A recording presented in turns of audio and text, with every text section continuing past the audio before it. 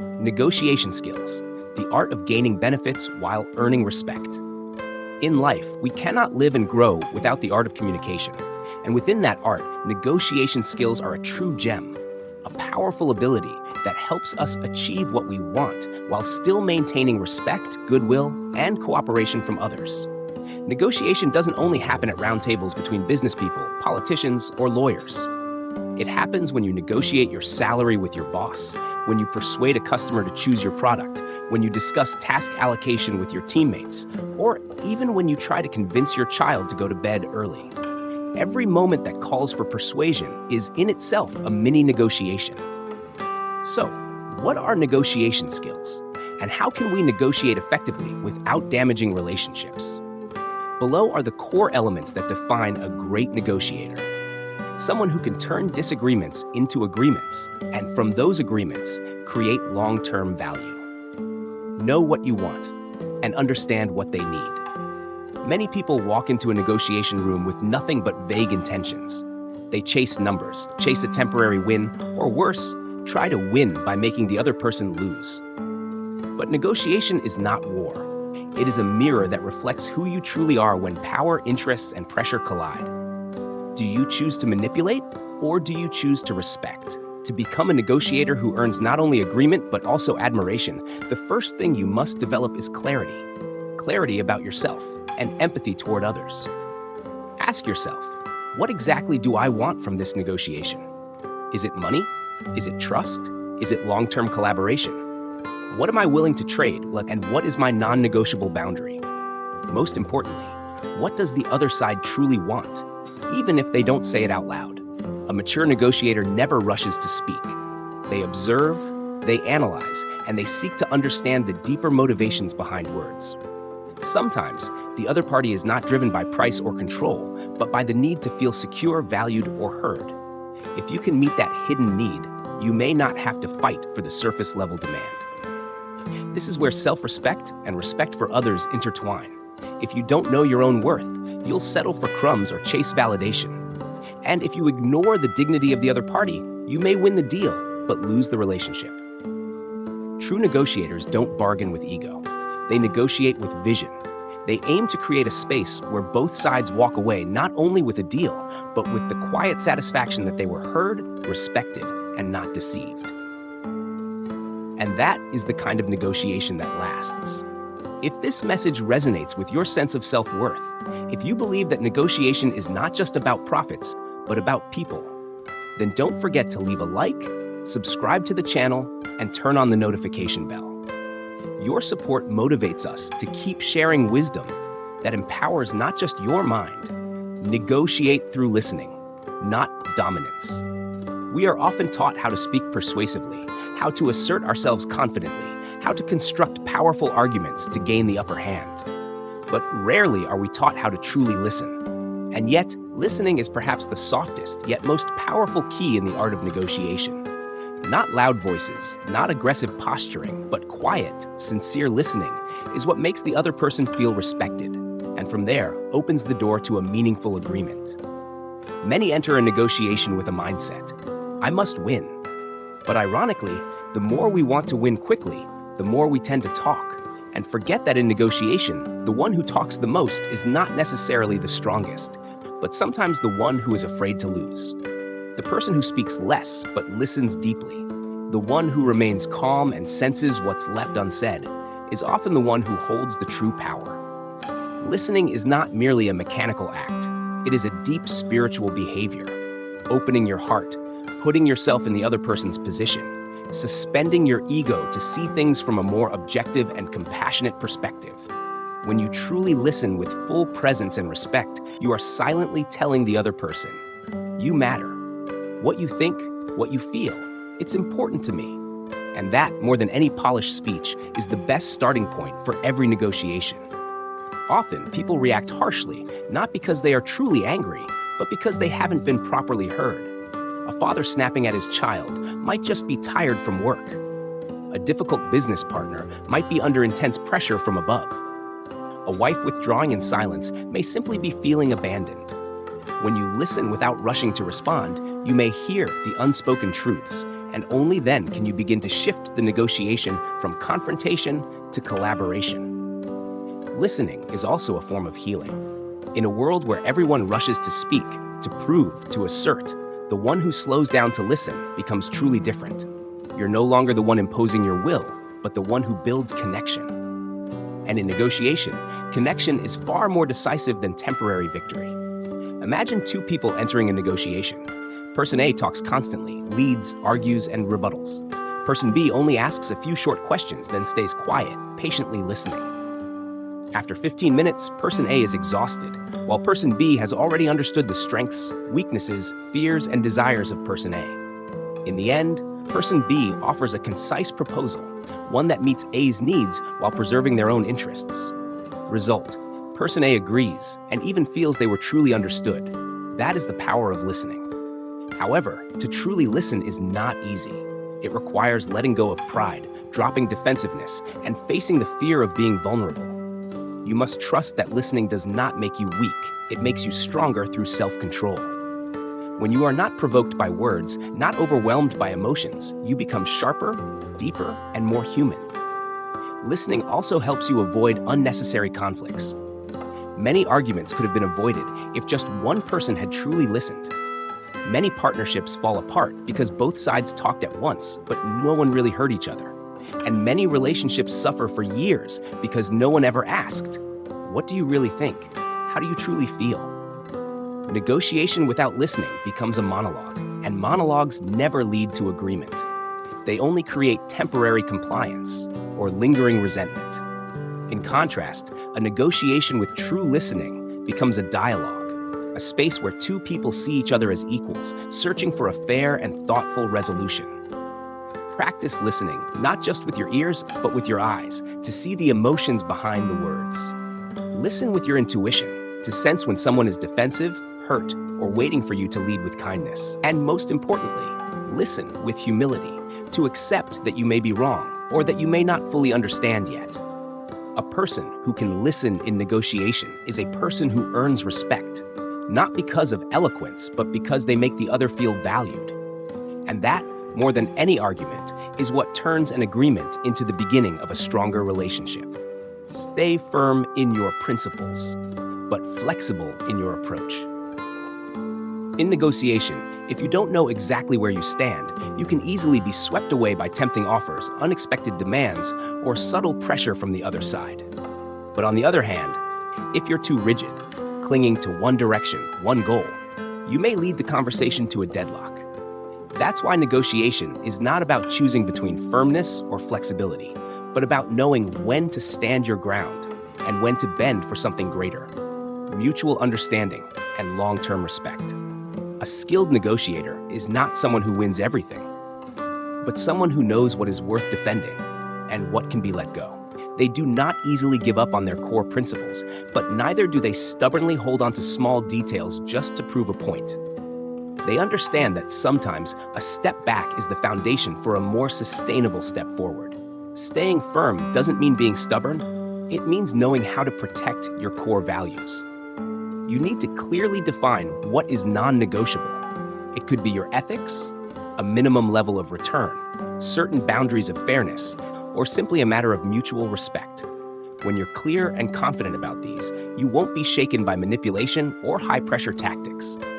However, flexibility is essential in how you approach each situation.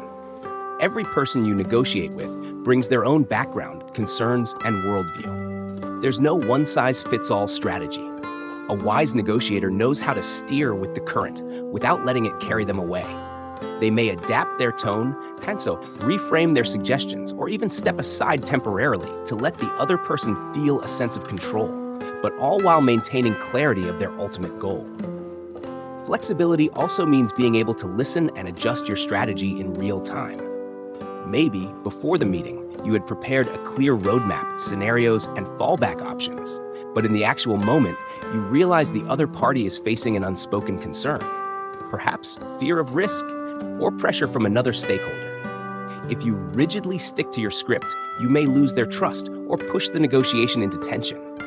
But if you pause, ask questions, try to understand, and offer an alternative, then not only do you protect the relationship, but you also demonstrate emotional intelligence and professional depth.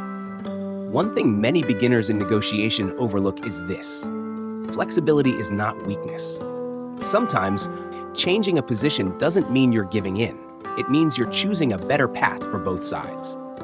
Real strength in negotiation is not forcing others to follow your terms, but helping them see that your solution is a path where everyone wins. A successful negotiation isn't defined by how much you gain. It's about achieving what truly matters without sacrificing goodwill. It's when you stay rooted enough not to be swept away, but also soft enough to adapt as needed. Because negotiation, at its core, is not a battle of egos. It's a journey of finding common ground between two human beings. Firmness and flexibility are like two wings of a bird. If one is too strong and the other too weak, the bird cannot fly. But if both are balanced and aligned, you won't just complete the negotiation, you'll soar above it, strengthening relationships, trust, and your own credibility. Think about the people you admire, maybe a leader, a mentor, or a seasoned colleague. They're not the ones who stubbornly defend every opinion, nor the ones who yield too easily.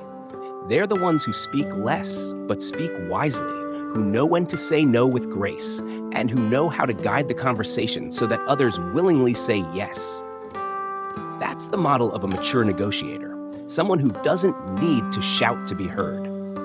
At the end of the day, negotiation isn't just a conversation about interests, it's a reflection of your inner maturity. When you're firm but flexible, you're showing a vision, that you're not here to conquer, but to build. You're not concerned with ego battles because you know your worth, and you recognize the worth in others too. And in a world where everyone is racing to speak, to demand, to win, a person who can be both steady and wise, both grounded and adaptable, will always be respected, trusted, and invited back to the table. Create value instead of just dividing the pie. In many negotiations, people tend to fall into a subtle trap, seeing the other side as someone who's about to take away a portion of what should be theirs. This kind of thinking makes the conversation tense, transactional, and competitive. Each side fights for numbers, terms, and details as if it were a zero-sum game. The more I get, the less you have. But the truth is, negotiation should not be about dividing a fixed pie. It should be about making the pie bigger together, so both sides can walk away with something meaningful. This is one of the most advanced and difficult negotiation skills to develop, the mindset of creating shared value instead of merely calculating what you gain. To do this, you must learn to step out of your own ego, see beyond the immediate context, and ask, how can we both walk away with more than what we thought was possible? For example, if you're selling a product and your client is negotiating hard for a discount, instead of seeing them as a difficult buyer, pause and ask why they're requesting a lower price. Maybe they're a new customer testing your service, or maybe they have a limited short-term budget. If you understand this, you could offer a creative solution. Maintain the price, but offer a free follow-up service, or split the deal into 2 phases to reduce their perceived risk. In this way, you protect your value, and they feel supported, not pressured. That is creating value, not giving in. Creating value also comes from focusing on the long-term relationship, not just the current deal. There are times when a negotiation might look like a loss in the short term, but if you can see the potential for future collaboration, then making small accommodations now becomes a foundation for deeper trust, and that trust can yield greater returns over time. Value creation also lies in your proactive approach. Skilled negotiators don't just wait for the other side to list their demands and then scramble to respond. They ask smart questions, offer structure, and guide the conversation toward possibilities. When you take on the role of the builder in a negotiation, not to control it, but to shape it, you become someone people naturally want to work with again. It's important to remember, creating value does not mean making sacrifices. Many people confuse value creation with giving something up. But a true value-added solution is one where both parties feel they're getting more than they initially hoped, not that someone had to take the loss. This is the essence of a real win-win outcome, and it only happens when both sides are willing to listen, think creatively, and look beyond themselves. In everyday life, this principle shows up most clearly in close relationships. Take a husband and wife building a life together. If they constantly keep score of who contributes more, both will feel shortchanged. But if they work together to make the family happier, more stable, more loving, then who does more becomes irrelevant. Negotiation in business, teams, or partnerships is similar. If you're only counting money, hours, and terms, you may win the moment, but you might lose the relationship. Creating value also requires trust, and trust begins with sincerity. If you walk into a negotiation with defensiveness, suspicion, or a self-centered mindset, the other side will sense it and put up walls. But if you show that you're genuinely here to find solutions together, that you're open to discussion and care about mutual benefit, then even if an agreement isn't reached immediately, you've planted the seeds for something stronger in the future.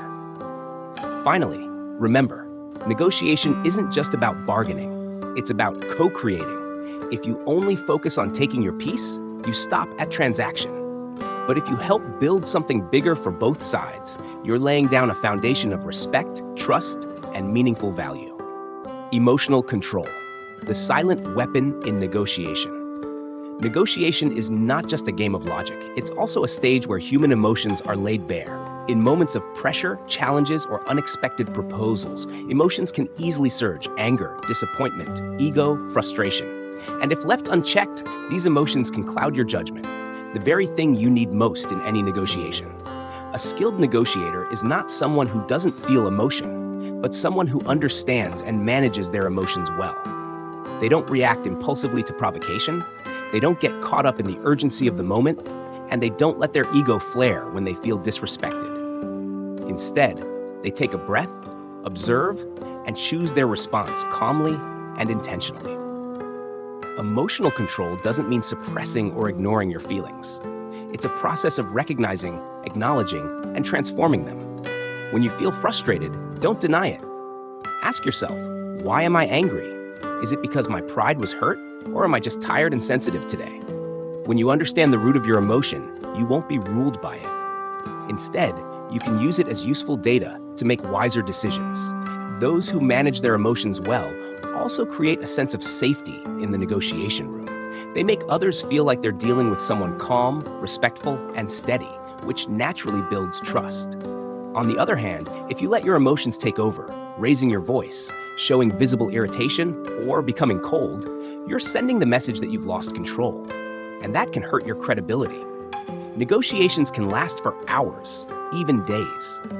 During that time, your emotions will shift constantly. You might feel confident one moment and overwhelmed the next. If you haven't trained yourself to stay mentally steady, you might end up making decisions based on temporary emotions and regret them later.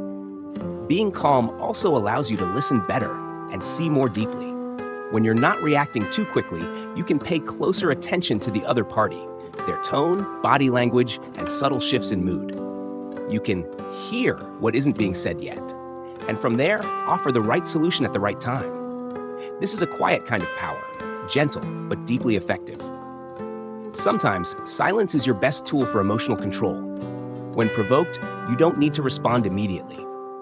A few seconds of silence or a clarifying question can help you regain composure. Silence doesn't mean weakness. It's a space you create to regain awareness and lead the moment with clarity. Emotional control also helps you avoid falling into tactical traps during negotiations. Some opponents may deliberately apply pressure, provoke you, or make unreasonable demands just to see how you react. If you lose your temper, you've already stepped into their trap. But if you remain calm, you not only rise above the moment, you signal to them that you are not easily manipulated. Among all the negotiation skills, emotional control is the quietest, but also the most enduring foundation. Because a person may be intelligent, articulate, and well-prepared, but without the ability to control themselves, all those strengths can be undone in a single moment of emotional misjudgment. Negotiation is about building relationships, not just reaching agreements.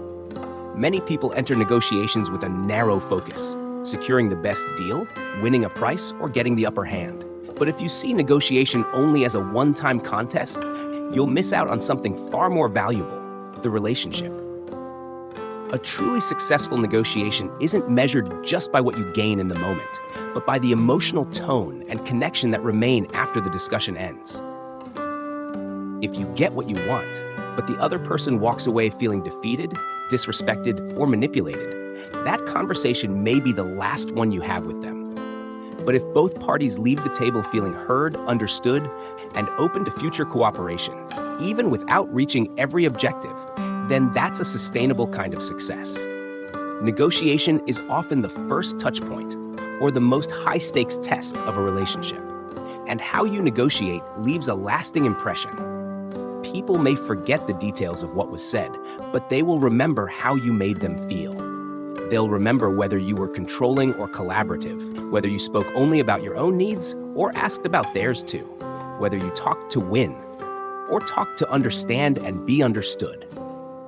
Building relationships through negotiation doesn't mean you always have to concede or make others happy. It means being sincere, clear, and professional, knowing when to speak up, when to pause, and when to extend respect, even in disagreement. A relationship built through a thoughtful negotiation can open doors you didn't even expect. Some deals may not close today, but your integrity may lead the other person to return later because they remember you as someone trustworthy. Some prospects may decline your offer at first, but your calm and respectful approach may lead them to refer you to others. In those cases, negotiation becomes a place to plant seeds, not just a place to claim victories. The more modern and competitive the world becomes, the more people yearn for genuine human connection. And negotiation, when done with both heart and professionalism, becomes the most enduring bridge between people, in business, in work, and in life. If this resonates with you, if you believe negotiation is not just about getting something, but also about building something, then don't forget to leave a like, subscribe to the channel, and turn on notifications. It's a small gesture, but it helps us continue sharing meaningful insights with more people.